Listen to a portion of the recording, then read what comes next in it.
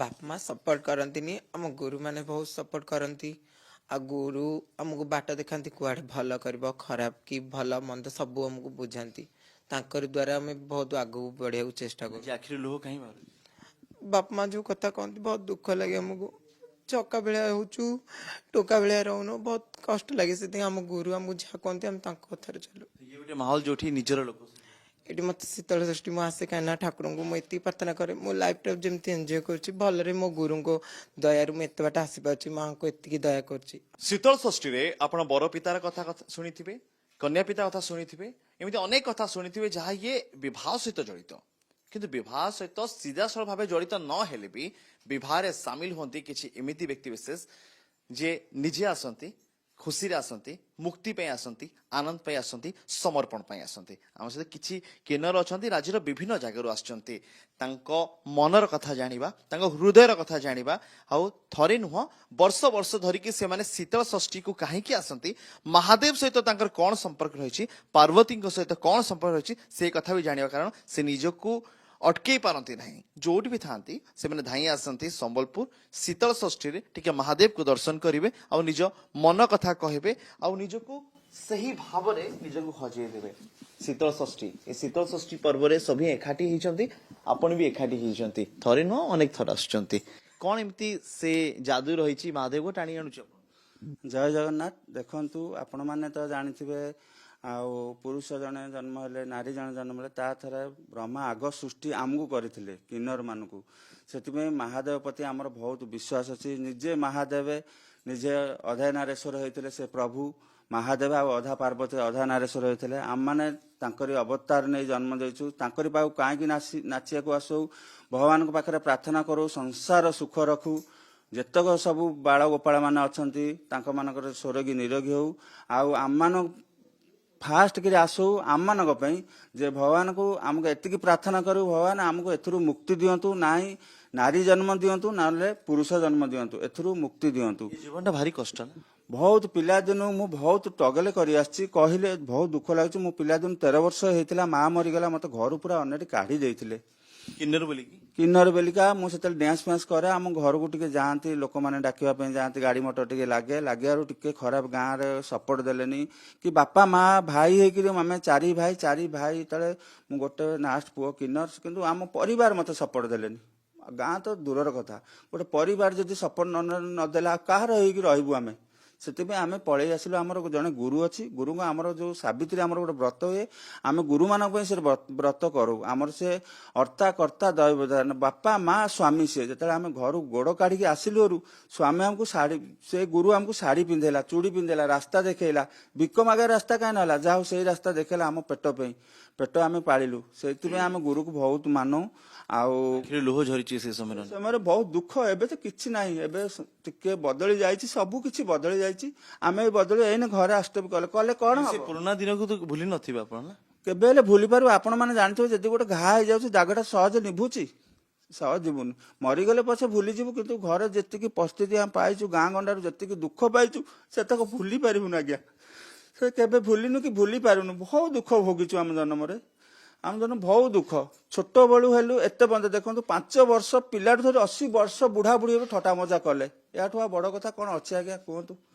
ଆପଣ କାନ୍ଦୁଛନ୍ତି, ସେ କଥା ମନେ ପଡୁଥିବ ଯାହା କହୁଛନ୍ତି ଗୁରୁ କି ପରିବାର ଅଲଗା କରିଦେଲା। ବାପା ମା ସପୋର୍ଟ କରନ୍ତିନି, ଆମ ଗୁରୁମାନେ ବହୁତ ସପୋର୍ଟ କରନ୍ତି। ଆଉ ଗୁରୁ ଆମକୁ ବାଟ ଦେଖାନ୍ତି କୁଆଡ଼େ ଭଲ କରିବ, ଖରାପ କି ଭଲ ମନ୍ଦ ସବୁ ଆମକୁ ବୁଝାନ୍ତି। ତାଙ୍କରି ଦ୍ୱାରା ଆମେ ବହୁତ ଆଗକୁ ବଢ଼ିବାକୁ ଚେଷ୍ଟା କରୁ। ଆଜି ଆଖିରୁ ଲୁହ କାହିଁ ବାହାରୁଛି? ବାପା ମା ଯେଉଁ କଥା କହନ୍ତି ବହୁତ ଦୁଃଖ ଲାଗେ ଆମକୁ।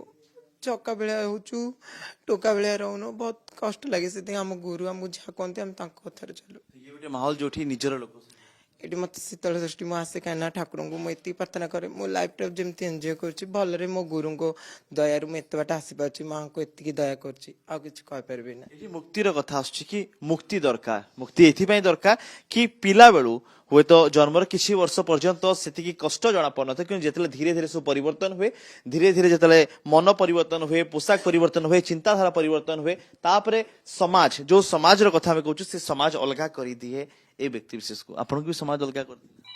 ଆଜ୍ଞା, ମତେ ବି ଆମ ଘର ଲୋକେ ବହୁତ ଟର୍ଚର କରିଛନ୍ତି ମୋ ବାପା ମୋ ଭାଇ ମୋ ଯେତିକି ଅଛନ୍ତି ମାନେ ମୋ ସାଙ୍ଗ ଗୁଡ଼ାକ ଯେତେବେଳେ ମୁଁ ପଢ଼ୁଥିଲି ସ୍କୁଲ କଲେଜରେ ବି ମୋତେ କେତେ ଥଟ୍ଟା ମଜା କରୁଥିଲେ ତୁ କାହିଁକି ଏମିତି ହେଉଛୁ ତୁ ତ ପୁଅ ପିଲା ହେଇକି ଜନ୍ମ ହେଇଛୁ ତୁ କାହିଁ ଏମିତି ବିହେଭ୍ କରୁଛୁ ହେଲେ ମୁଁ ଜାଣିନଥିଲି ମୁଁ ଗୋଟେ କିନ୍ନରଟେ ବୋଲିକି ପରେ ମୁଁ ଜାଣିଲି ମୋତେ ଫିଲ୍ ହେଲା ମୁଁ ଗୋଟେ କିନ୍ନରଟେ ସେତେବେଳେ ମୋତେ ବହୁତ ଦୁଃଖ ଲାଗିଲା ଭାବିଥିଲି ମୁଁ ଏକା ଅଛି ବୋଲିକି ହେଲେ ଯେତେବେଳେ ମୁଁ ବାହାରକୁ ଆସିଲି ମୋ ପରିବାକୁ ଅନେକ ଅଛନ୍ତି ବହୁତ ଦୁଃଖ ଲାଗେ ସେତେବେଳେ ଯେତେବେଳେ ଚିଡ଼ାନ୍ତି ମାଇଚିଆ ଛକା ମାଇତିଲିଆ ବୋଲି ଏମିତି କହିଲେ ବହୁତ ଦୁଃଖ ଲାଗେ ପରିସ୍ଥିତି ଏମିତି କି ନିଜ ଘର ଲୋକ ବି ଗ୍ରହଣ କରନ୍ତି। କରନ୍ତିନି ଜମା କରନ୍ତିନି କହନ୍ତି ତୁ ତ ଏମିତି ମାନେ ପୁଅ ପିଲା ପାଇଁ କାହିଁ ବିହେଭ୍ କରୁନୁ କାହିଁ ଝିଅ ପିଲାମାନଙ୍କ ପରି ବିହେଭ୍ କରୁଛୁ ବୋଲି ବହୁତ ଦୁଃଖ ଦିଅନ୍ତି ନିଜ ଜନ୍ମ କଲା ମା ବାପା ବି କେହି ଦେଖନ୍ତିନି। ଶୀତଳ ଷଷ୍ଠୀରେ ଲାଗେ କି ଏକ ନୂଆ ପରିବାର ଆଉ କିଛି କିଛି ନୂଆ ପରିବାର ସହିତ ମିଶିବାର ସୁଯୋଗ ମିଳେ। ହଁ ମାନେ ଶୀତଳ ଷଷ୍ଠୀ ହେଲେ ଆମେ ଯାହା ଆମକୁ ଲାଗେ ଫିଲ୍ ଯେ ଯେତେ ଦୂର ଦୂରାନ୍ତର ଥିଲେ ଆମେ ଦେବକୀ ମା ପାଖରେ ଆମେ ତାଙ୍କ ସହିତ ଆସୁ ଆଉ ଆମେ ଭାବୁ ଏଇ ଜନ୍ମରେ ତ ଏମିତି ହେଲେ ଶିବ ପାର୍ବତୀଙ୍କ ପାଖକୁ ଆସିକି ଆର ଜନ୍ମରେ ଯେମିତି ଆମକୁ ପୁଅ କିମ୍ବା ଝିଅ କରୁ ବୋଲି ଆମେ ମୁକ୍ତି ପାଇବା ପାଇଁ ଆସୁ ନାଚୁଟାକୁ ଖୁସି ଏନ୍ଜୟ କରିକି ଯାଉ ଏଇଟା ଗୋଟେ ଆମ ଫ୍ୟାମିଲି ଭଳିଆ ଲାଗେ। ନିଶ୍ଚୟ କୁହାଯାଏ କି ପ୍ରଭୁଙ୍କ ପାଖରେ ଯାହା କୁହାଯାଏ ପ୍ରଭୁ ଶୁଣନ୍ତି ପ୍ରଭୁ ଶୁଣୁଥିବେ ନିଶ୍ଚୟ କି ସତରେ କଣ ମୁକ୍ତି ଦରକାର ନିହାତି ଭାବରେ କାହିଁକି ନା ଆମେ ଯେହେତୁ କିନ୍ନର ଜନ୍ମ କିନ୍ତୁ ଆମ ପାଇଁ ଗୋଟେ ଅଭିଶାପ୍ତ ଜନ୍ମ କାହିଁକି ନା ଟାହି ଟପର ଲୋକ ସବୁ କୁହନ୍ତି ଯେ ମା ଇଚ୍ଛା ଛକ ରାସ୍ତାରେ ଚାଲିଗଲେ ବି କୁହନ୍ତି ଆଜି ବି କହୁଛନ୍ତି ଆଜି ବି କହୁଛନ୍ତି ଆମେ ଅଟୋରେ ବି ମାନେ ଲିଫ୍ଟ ମାଗିଲେ ବି ଆମକୁ କେହି ଲିଫ୍ଟ ବି ଦିଅନ୍ତିନି କୁହନ୍ତି ନାଇଁ ଆମେ ନବୁନି କି ଲୋକ ଖରାପ ଦୃଷ୍ଟିରେ ଦେଖନ୍ତି ସେଥିପାଇଁକା ଲିଫ୍ଟ ବି ଦିଅନ୍ତିନି। ଆପଣ କହୁଛନ୍ତି ମହାଦେବ ହଉଛି ଅର୍ଦ୍ଧନାରୀଶ୍ୱର ରୂପ ସେ ମହାଦେବ ଉପରେ ରାଗ ଲାଗେନି ମୋ ସହିତ ଏମିତି କାହିଁ କଲ ରାଗ ତ ବହୁତ ଲାଗେ କିନ୍ତୁ ଆମେ ସବୁ ବର୍ଷ ଧରି ଏଇ ବର୍ଷ ମାନେ ସବୁ ବର୍ଷ ହିଁ ଆସୁ ଶୀତଳ ଷଷ୍ଠୀ କି ଏତିକି ପ୍ରାର୍ଥନା କରୁ କି ଆର ଜନ୍ମରେ କି ଆମକୁ ନର କିମ୍ବା ନାରୀ କିନ୍ତୁ କିନ୍ନର ଜନ୍ମ କାହାକୁ ନ ଦିଅନ୍ତୁ ଏଇ ଜନ୍ମରେ ବି ଆଉ କାହାକୁ ନ ଦିଅନ୍ତୁ। କିନ୍ନର ଜନ୍ମ ବହୁତ କଷ୍ଟ ବହୁତ କଷ୍ଟ ଲାଗେ ମୁଁ ଏତିକି ଅନୁରୋଧ କରୁଛି ଆମକୁ ଯେମିତି ସମାଜରେ ସମ୍ମାନ ଦିଅନ୍ତୁ ଆମକୁ ଅଧିକାର ମିଳୁ।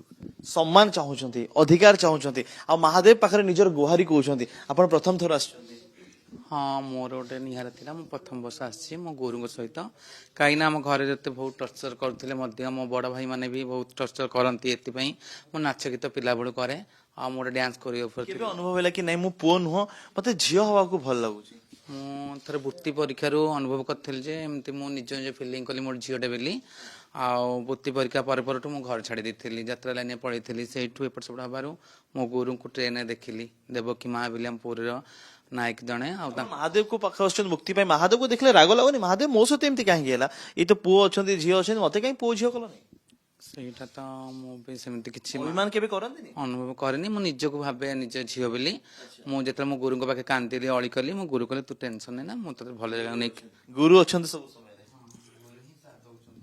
ଗୁରୁ ଅଛନ୍ତି ସବୁ ସମୟରେ ଗୁରୁ ହିଁ ସାଥ ଦଉଛନ୍ତି କୁହାଯାଉଛି କି ଆପଣଙ୍କ ରୂପ ଆପଣଙ୍କ ଯୋଉଭଳି ଆପଣ ଅଛନ୍ତି ସେ ଈଶ୍ୱର ଗଢିଛନ୍ତି ଈଶ୍ୱର ଯାହା ଗଢିଛନ୍ତି ଆମେ ସେଥିରେ ଖୁସି ହଉ କିନ୍ତୁ ଏଇଠି ଆପଣ ଆସୁଛନ୍ତି ମହାଦେବ କହୁଛନ୍ତି ଆମକୁ ମୁକ୍ତି କରିଦିଅ ଦେଖନ୍ତୁ ମୁକ୍ତି କାହିଁ ମାଗୁଛୁ ଆପଣମାନେ ଜାଣିଥିବେ ଆପଣମାନେ ତ ଜାଣିଥିବେ ଅର୍ଦ୍ଧନାରୀଶ୍ୱର ସେ ନିଜେ ଶିବ ନିଜେ ପାର୍ବତୀ ଅର୍ଦ୍ଧନାରୀଶ୍ୱର ଥିଲେ ଆମେ ମୁକ୍ତି ମାଗୁଛୁ ଏ ଟାହି ଟାପରା ଆହୁରି ଦେଖନ୍ତୁ ଏବେ ପ୍ରଶାସନ କିଛି କଲାଣି ଆମମାନଙ୍କ ପାଇଁ ଏ ଥାର୍ଡ ଜେନେରାଲ ପାଇଁ ବହୁତ କିଛି କଲାଣି ଏବେ ଜଗନ୍ନାଥଙ୍କୁ ଆଉ ଏ ବାବା ଶିବ ପାର୍ବତୀକୁ ଏତିକି ଆହୁରି ବି ମୁଣ୍ଡିଆ ସଂସାର ସୁଖ କରନ୍ତୁ କିନ୍ତୁ ଆମ ପାଇଁ ଯେଉଁ ବିପ୍ଳବ ଚାଲିଛି ଆହୁରି ଚାଲୁ ଆମେ ଯେମିତି ଲୋକମାନେ ଆମକୁ ମାନେ ଦେଖନ୍ତୁ ଟଙ୍କାକରୁ ପୁରା 12% ଲୋକ ପୁରା ଆମକୁ ଜାଣିଲେଣି ଭଲ ସ୍ନେହ ଶ୍ରଦ୍ଧା ସେତେବେଳେ ଯେମିତି ଦଉଥିଲେ ଚାଲିଗଲେ ଠଟା ମଜା ଏବେ ଟିକେ ସୁଧୁରି ଯାଇଛି ଯଦି ଆପଣ ସାମ୍ନାରେ ଏବେ ମହାଦେବ ଆଉ ପାର୍ବତୀ ଛିଡା ହେଇଯିବେ ସତରେ ସାମ୍ନାରେ ଆସିଗଲେ କଣ କହିବେ ମହା ପାର୍ବତୀଙ୍କୁ କହିବି ଏତିକି ତାଙ୍କ ପାଖରେ ଗୁହାରି କରିବୁ ସଂସାର ସୁଖ ରଖନ୍ତୁ ଆମକୁ ଏ ଜନ୍ମରୁ ମୁକ୍ତି ଦିଅନ୍ତୁ